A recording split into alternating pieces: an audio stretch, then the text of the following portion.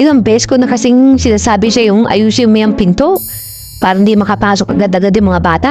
Ayan tuloy, biglang pumasok si Buknoy kagabi. Oo, sasabihan mo na. Ayusin mo na rin yung pinto. Gagawin ko na rin la. Alam mo, pagdating ng anak mo, pagsasabihan mo rin. Mami, Daddy, nandito na ako. Bulnok? Bulnok? Bakit po, Daddy? Bulnok, kagabi pumasok ka bigla sa kwarto.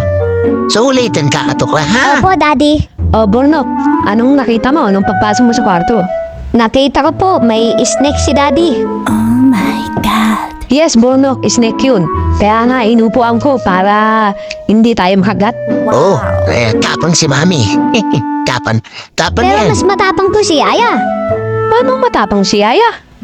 Ha, Bornok? Kasi po, nung isang gabi, si Yaya kinakain ng snake ni Daddy.